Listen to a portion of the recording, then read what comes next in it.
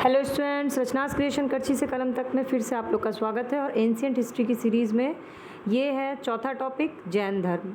Last videos में हमने क्या क्या कवर किया? सिंधु घाटी सभ्यता, वैदिक काल, बौद्ध धर्म, और अब हम लोग करने वाले हैं जैन धर्म। तो जैन धर्म का कीवर्ड्स के साथ मैं आपको पूरी क्लास लूँगी। 2 वीडियो में क्लास होगी जो हमारी सीरीज़ चल रही है उसी तरह, और 2 वीडियो में क्वेश्चन 50 क्वेश्चन के थ्रू हम लोग पूरा टॉपिक रिवीजन करेंगे और सॉल्व भी करेंगे, back year question, forward link question. तो अगर आप किसी भी तरह के कॉम्पिटिटिव एग्जाम की तैयारी कर रहे हैं तो वीडियो सीरीज़ से जुड़े रहिए। और सीरीज़ से अगर जुड़े रहना है तो रेड कलर का सब्सक्राइब बटन क्लिक कर लीजिए, फ्री ऑफ कॉस्ट है। जो भी मैं वीडियो अपडेट करती हूँ आप लोग को उसके नोटिफिकेशन सबसे पहले मिल जाएगी, बेल आइकन को प्रेस करिएगा। तो चलिए शुरू करते हैं जैन धर्म के बारे में। तो जैन धर्म का पहला कीवर्ड है तीर्थकर। सबसे पहले ये जो जैन शब्द था ना, ये जैन शब्द जो है ये किस शब्द से बना है? तो ये संस्कृत भाषा के शब्द से बना है। संस्कृत भाषा के किस शब्द से बना है? जिन शब्द से बना है। इसका अर्थ क्या होता है? इसका अर्थ होता है विजेता। तो जैन धर्म का बेसिक मीनिंग क्या हो गया? विजेता हो गया। अब जैन धर्म में सबसे इम्पोर्टेंट कौन होते थे? तीर्थकर होते थे। और जैन जो संस्थापक, इसमें भी एक डेफिनेशन आपको बता दूं, जैन धर्म के संस्थापक जो थे उनको कहा जाता था तीर्थकर। तो फिर बाकी लोग क्या कहे जाते थे? तो जो जैन महात्मा होते थे, जैन महात्माओं को कहा जाता था निर्ग्रंथ। ठीक, ये हो गया जैन धर्म की बेसिक जानकारी। संस्कृत भाषा के शब्द जिन से लिया गया जिसका अर्थ होता है विजेता।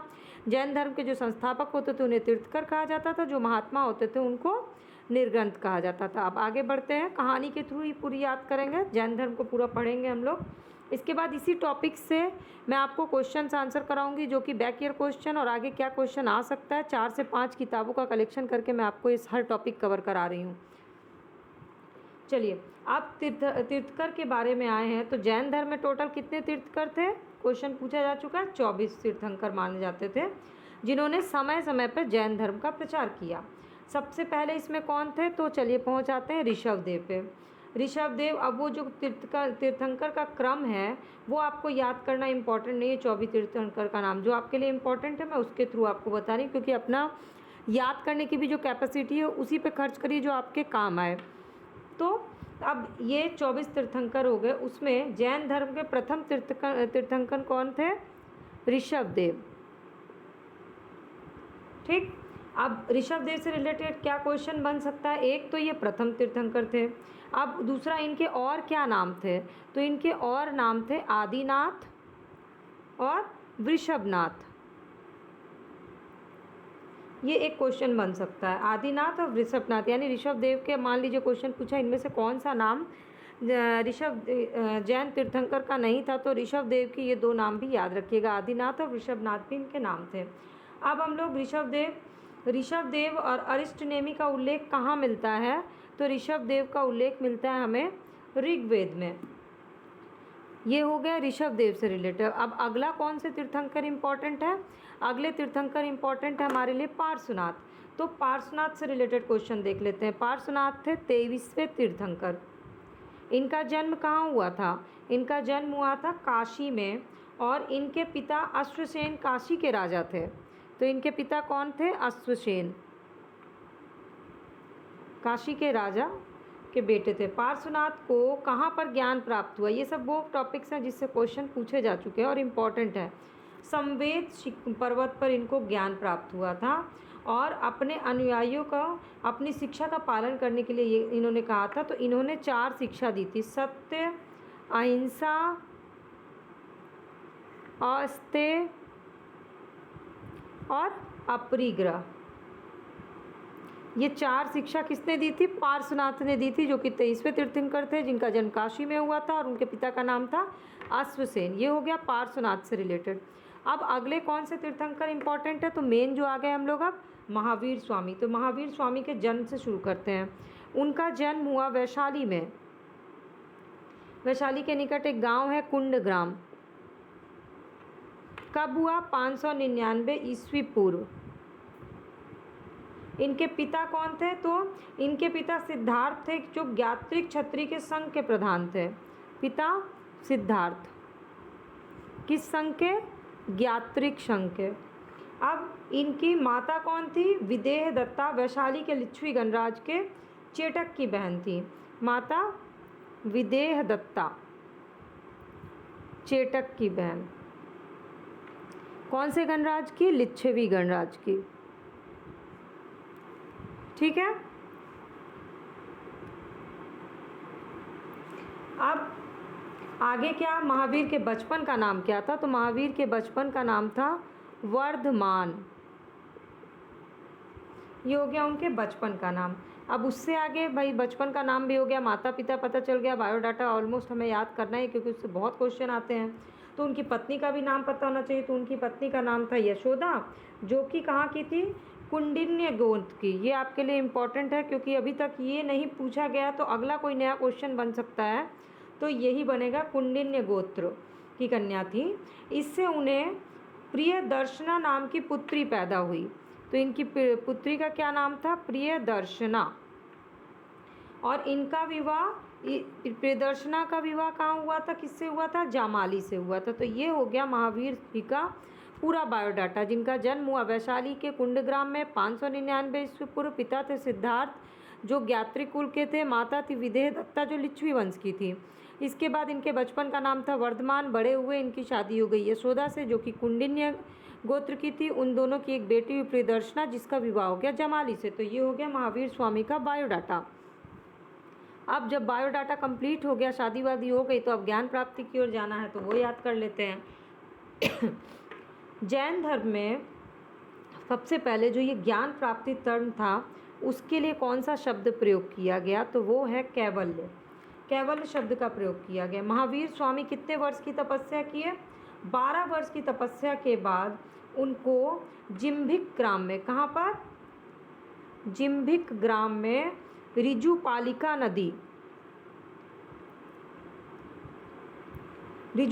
नदी के तट पर साल वृक्ष के नीचे कैवल्य की प्राप्ति हुई। 12 वर्ष की समस्या, जिम्भिक ग्राम में ऋजुपालिका नदी के पास साल वृक्ष के नीचे कैवल्य यानी कि ज्ञान की प्राप्ति हुई। अब भाई ज्ञान की प्राप्ति हो गई कंप्लीट। ये पूरा उनके ज्ञान प्राप्ति का सीरीज़ हमने याद कर लिया। ज्ञान प्राप्ति के बाद क्या हुआ कि वे उनको क्या कहा गया? तो बड़े सारे नाम पड़ गए उनके। एक तो केवलीन, ये बहुत इम्पॉर्टेंट है, इससे क्वेश्चंस आते हैं, प्री में ज़रूर ही आते हैं। अहर्त, जिन, जैसा कि मैंने शुरू में बताया जिन, और निर्ग्रंथ। अब निर्ग्रंथ कितना अजीब है क्योंकि जो लोग जैन धर्म के संस्थापकों में रहे उनको तीर्थंकर कहा गया, जबकि महावीर स्वामी को निर्ग्रंथ कहा गया क्योंकि वो जैन महात्माओं में थे। तो इनको निर्ग्रंथ कहा गया, जिन कहा गया, अहर्त कहा गया और केवलीन कहा गया। अहर्त मतलब होता है जो बहुत योग्य होता है। ये इनके चार नाम भी और पड़ गए। एक तो बचपन का नाम था ही और एक 5वां नाम ये, तो टोटल 5 नाम इनके हो गए। अब जब कैवल्य यानी कि ज्ञान प्राप्ति उन्होंने कर लिया तो ये अपने सिद्धांत के प्रचार में निकल गए। तो सबसे पहले वैशाली के लिच्छवी सरदार चेटक जो उनके मामा थे, जैन धर्म में उनका प्रमुख योगदान रहा। सबसे ज़्यादा किसका योगदान रहा? चेटक का, जो इनकी माँ के भाई थे चेटक। महावीर स्वामी के उनके प्रथम शिष्य कौन थे? महावीर स्वामी के प्रथम शिष्य जमाली। उसी से महावीर स्वामी का मतभेद हो गया और मतभेद के कारण कार्य करते हुए मतलब मतभेद हो गया। और इसका कारण क्या था? क्रियमाण कृत सिद्धांत। क्रियमाण कृत सिद्धांत, ये कौन सा सिद्धांत है? कार्य करते ही पूर्ण हो जाना था। इस कारण से इन दोनों में मतभेद हो गया और इस मतभेद के कारण जमाली ने क्या किया कि संघ को छोड़ दिया। और क्या कर लिया? संघ को छोड़ करके एक नया ही सिद्धांत शुरू कर दिया। उस सिद्धांत का नाम रखा बहुतरवाद। ये किसने शुरू किया? जमाली ने। क्यों शुरू किया? क्योंकि महावीर स्वामी से उनका मतभेद हो गया। फिर जैन धर्म में दूसरा विद्रोह जमाली के विद्रोह के 2 साल बाद हुआ। अब ये विद्रोह किसने कर दिया? एक विद्रोह तो जमाली ने कर दिया, अब दूसरा विद्रोह किया तिसगुप्त ने। तिसगुप्त ने किया जमाली के विद्रोह के 2 वर्ष बाद। मक्खली गोसाल ने उसी समय आजीवक संप्रदाय की स्थापना की थी। अब मक्खली गोसाल का क्या था? मक्खली गोसाल के संप्रदाय का नाम था नियतिवाद। ठीक, जिसके अनुसार संसार की प्रत्येक वस्तु, उसका भाग्य, सब कुछ भाग्य द्वारा ही पूर्ण नियंत्रित और संचालित होता है। 527 ईस्वी पूर्व में 72 वर्ष की आयु में राजगीर के पास पावापुरी में महावीर स्वामी ने अपना शरीर त्याग दिया। तो महावीर स्वामी के सिद्धांत का प्रचार के बाद 527 में उनकी डेथ हो गई पावापुरी राजगीर में। अब भाई डेथ हो गई उसके बाद, लेकिन इनके सिद्धांतों का तो के बारे में हमें तो पढ़ना ही पड़ेगा। तो अब आगे का ये 5 कीवर्ड से मैंने आपको पूरी कहानी बता दी। अब आगे फिर आपको 5 कीवर्ड से उनके सिद्धांतों से रिलेटेड बातें बताऊंगी। आप लोग सोच रहे होंगे कि मैं इस तरह से कीवर्ड्स पे क्यों पढ़ाती हूँ। मैंने एक वीडियो अपलोड की थी मेंस और के एग्ज़ाम के लिए और प्री के लिए, इवन सारे एग्ज़ाम्स के लिए, बोर्ड एग्ज़ाम के लिए, कीवर्ड्स के बारे में कि अगर आप कीवर्ड सही सेलेक्ट करते हैं तो कोई भी एग्ज़ाम आपके लिए पास करना या टॉप करना कितना आसान है। तो उसमें बहुत सारे लोगों ने मुझसे ये सवाल पूछा था, बहुत सारे स्टूडेंट्स हैं कि कीवर्ड्स कैसे पहचानते हैं। तो इसलिए मैंने ये सीरीज़ शुरू की है ताकि आप लोग कीवर्ड्स पहचानना सीख जाइए कि इस कीवर्ड से आपके कितने सारे क्वेश्चन बनते हैं। तो आपको खुद भी इसी तरह से कीवर्ड्स के थ्रू पढ़ाई करनी चाहिए। और अगर आप बुक में हर लाइन को अंडरलाइन करते हैं या इंपॉर्टेंट लाइन को पूरा अंडरलाइन करते हैं तो ये आपकी मिस्टेक है, क्योंकि एग्जामिनेशन टाइम में रिवीजन में आपको प्रॉब्लम होगी, आपका समय बर्बाद होगा। तो ध्यान रहे कि आप सिर्फ कीवर्ड्स को ही मार्क करिए, उसी के थ्रू आप पूरे क्वेश्चंस को पढ़िए। और आप लोग को अगर इसमें कोई क्वेश्चन नया लग रहा होगा तो आप मुझे कमेंट करके बताइएगा कि कौन सा क्वेश्चन एकदम आपको नया लगा जो आपने अभी तक नहीं पढ़ा था। तो चलिए अब आगे का कीवर्ड्स है पंच महाव्रत के बारे में। महावीर स्वामी ने पंच महाव्रत की शिक्षा दी थी। अब वो पंच महाव्रत में 4 तो आपको पहले ही पता था, सत्य, अस्तेय, अपरिग्रह, अहिंसा। पर 5वां महाव्रत क्या था? 4 तो मैंने आपको इससे पहले ही बताया। अब आप याद करिए कि मैंने किसके बारे में बताया जिन्होंने ये 4 चीज़ें बताई थी। चतुर्याम शिक्षा का पालन कराया था, सत्य, अहिंसा, अस्तेय और अपरिग्रह, वो थे पार्श्वनाथ। ये 4 चीज़ें दी थी पार्श्वनाथ ने। अब पार्श्वनाथ 23वें तीर्थंकर थे, पर इसमें महावीर जी ने क्या ऐड कर दिया? ब्रह्मचर्य।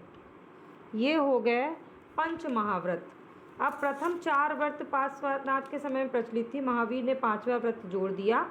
इससे बहुत बार क्वेश्चन पूछा गया है।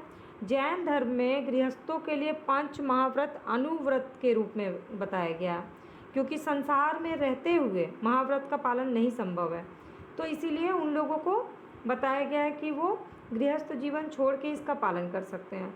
अब 5 अनुव्रत सेम यही चीज़ है, अहिंसा, सत्य, अस्तेय, ब्रह्मचर्य, अपरिग्रह, लेकिन उसके आगे अनुव्रत जोड़ दिया गया।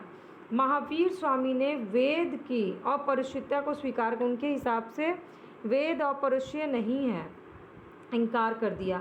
और उन्होंने किसी भी तरह के धार्मिक, सामाजिक रूढ़ी, पाखंड का विरोध किया। उन्होंने आत्मवादी और नास्तिकों के मतों को छोड़कर बीच का मार्ग अपनाया, और जो ये बीच का मार्ग था वही था अनेकांतवाद। तो अगला कीवर्ड आपका क्या है? पंच महाव्रत से निकल के आया अनेकांतवाद। अनेकांतवाद क्या है? ये बीच के मार्ग को बोलते हैं। नास्तिक और आत्मावादी, एक होते हैं जो पूरी तरह नास्तिक होते हैं, एक होते हैं जो पूरी तरह आत्मावादी होते हैं। जो बीच का मार्ग होता है उसको बोलते हैं अनेकांतवाद। और अनेकांतवाद का एक और नाम क्या है? स्यादवाद। स्यादवाद को सप्तभंगी न्याय के रूप में जाना जाता है। अब इसके भी एक और नाम है, सोचिए, सप्तभंगी। ये सब ने आपका A.L. बाशम, केसी श्रीवास्तव ने बहुत अच्छे से इस फैक्ट्स को कलेक्ट करके दिया है। जो लोग सिर्फ ल्यूसेंट या कोई भी इसी टाइप का गाइड पढ़ के काम चला लेते हैं, उन लोग को बता दूं कि एक लेवल का क्वेश्चन सीरीज़ अब हो चुका है। कोई भी आयोग जो है ना, वही क्वेश्चन बार बार नहीं पूछेगी, तो वो कलेक्शन का टाइम अब ख़त्म। अब आपको नए क्वेश्चंस के लिए तैयार होना होगा, और नए क्वेश्चन तभी होगा जब आप 4 से 5 किताबों को पढ़िएगा। उतना पढ़ना संभव है नहीं। तो आप इस तरह से कहीं भी आपको ऑनलाइन, कोई भी चैनल के थ्रू आपको ऑनलाइन पूरा सीरीज़ मिलता है, तो आप उसको ज्वाइन करके क्लासेस देखिए। मैं तो आपको 15-15 मिनट के थ्रू एक टॉपिक ख़त्म कराती हूँ। 15 मिनट की 4 वीडियो डालती हूँ, यानी 1 घंटे में आपका एक टॉपिक ख़त्म कराती हूँ। ज़्यादा लंबी इसलिए नहीं बनाती हूँ कि आप 15 मिनट में देखिएगा तो आपको चीज़ें याद रहेंगी। तो आप लोग मेरी वीडियो अगर अच्छी लगा करें तो प्लीज़ लाइक और कमेंट करके मुझे ज़रूर बताया करिए। और अगर इसी तरह के वीडियो सीरीज़ से जुड़ना है तो सब्सक्राइब बटन दबा लीजिएगा। तो मैंने आपको बताया सप्तभंगी न्याय के नाम से जाना जाता था, और ये किस सिद्धांत पे आधारित था? सापेक्षता के सिद्धांत पे। अब अनेकांतवाद से आके अगला आ गया तीर्थंकर, उनके प्रतीक क्या थे? ये बहुत इंपॉर्टेंट है मैजिक के लिए। तो सबसे पहले ऋषभदेव बैल पे उनका तीर्थंकर है। फिर है अजीतनाथ हाथी। इसके बाद संभवनाथ अश्व। फिर है पद्म प्रभु, उनका तीर्थ चिन्ह था कमल। इसके बाद है मल्लीनाथ। सारे का चिन्ह आपको याद नहीं करना, मैं सिर्फ आपको इम्पोर्टेंट बता रही हूँ। मल्लीनाथ का है कलश, नमीनाथ का है नील कमल। एक जन का है कमल और एक जन का है नील कमल। तो कमल किसका है? पद्म प्रभु का, और नमीनाथ का नील कमल। नेमीनाथ का है शंख। पार्श्वनाथ का बहुत इंपॉर्टेंट है, पार्श्वनाथ का है सर्प, और महावीर स्वामी का है सिंह। फिर से मैं रिपीट करती हूँ। ऋषभदेव बैल, अजीतनाथ हाथी, पद्म प्रभु अश्व, पद्म प्रभु कमल, संभवनाथ अश्व, अजीतनाथ हाथी, ऋषभदेव बैल, मल्लीनाथ कलश, नेमीनाथ नीलकमल, नेमीनाथ शंख। ये नमीनाथ है और ये नेमीनाथ है, और पार्श्वनाथ सर्प और महावीर स्वामी सिंह। तो ये हो गए तीर्थंकर और उनके प्रतीक चिन्ह, जैसा कि हमने बौद्ध धर्म में भी पढ़ा था। अब है मोक्ष। इसका अगला कीवर्ड आ गया मोक्ष के साधन क्या थे भाई? तो 3 साधन जैन धर्म के अनुसार मोक्ष के बताए गए। सम्यक दर्शन, सम्यक ज्ञान और सम्यक चरित्र। इन तीनों को मिला के किसकी संज्ञा दी गई? त्रिरत्न की संज्ञा दी गई। और त्रिरत्न का अनुसरण करने पर ही कर्मों का जीव की ओर प्रवाह रुक जाता है, और इसको बोलते हैं संवर। इसके बाद जीव में पहले से व्याप्त कर्म समाप्त होने लगते हैं, नए कर्म जब जागृत होते हैं उसको बोलते हैं निर्जरा। और जब जीव में कर्म का अवशेष पूरी तरह से समाप्त हो जाता है तो मिल जाता है उसको मोक्ष। तो ये हो गया पूरा मोक्ष का साधन, त्रिरत्न से लेकर के संवर, निर्जरा और मोक्ष। इसके बाद है अनंत चतुष्टय क्या है? जब मोक्ष प्राप्त कर लेता है तो जैन धर्म में अनंत चतुष्टय कहा गया, जिसमें उसके बाद उसको अनंत ज्ञान, अनंत दर्शन और अनंत सुख की प्राप्ति होती है। ये हो गया जैन धर्म का बाकी कीवर्ड्स। अब पार्ट 2 में आपको मैं बाकी कीवर्ड्स के थ्रू जैन धर्म का आगे का साहित्य, कला, स्थापत्य और उसमें रचनाकार, साहित्यकार, इन सारी चीज़ों को बताऊंगी। वो पार्ट भी बहुत इंपॉर्टेंट है। ये तो मैंने जैन धर्म का बेसिक चीज़ बताया। तो आपको अगर यूज़फुल लगी होगी तो प्लीज़ लाइक बटन को ज़रूर प्रेस कर दीजिएगा। कमेंट करके बताइएगा कि इसमें कौन सा क्वेश्चन आपके लिए बिल्कुल नया था, और नए यूज़र हैं तो सब्सक्राइब बटन पे क्लिक कर लीजिए ताकि फ्री ऑफ कॉस्ट सारी वीडियो अपडेट मिल जाए। और अगर आपका कोई फ्रेंड ऐसा है जिसको क्लासेस जो ज्वाइन नहीं कर पा रहा है तो उससे मेरे चैनल का लिंक को आप शेयर करिए ताकि उसे भी फ्री ऑफ कॉस्ट इस तरह की एजुकेशनल वीडियो से वो अपडेट रह सकें।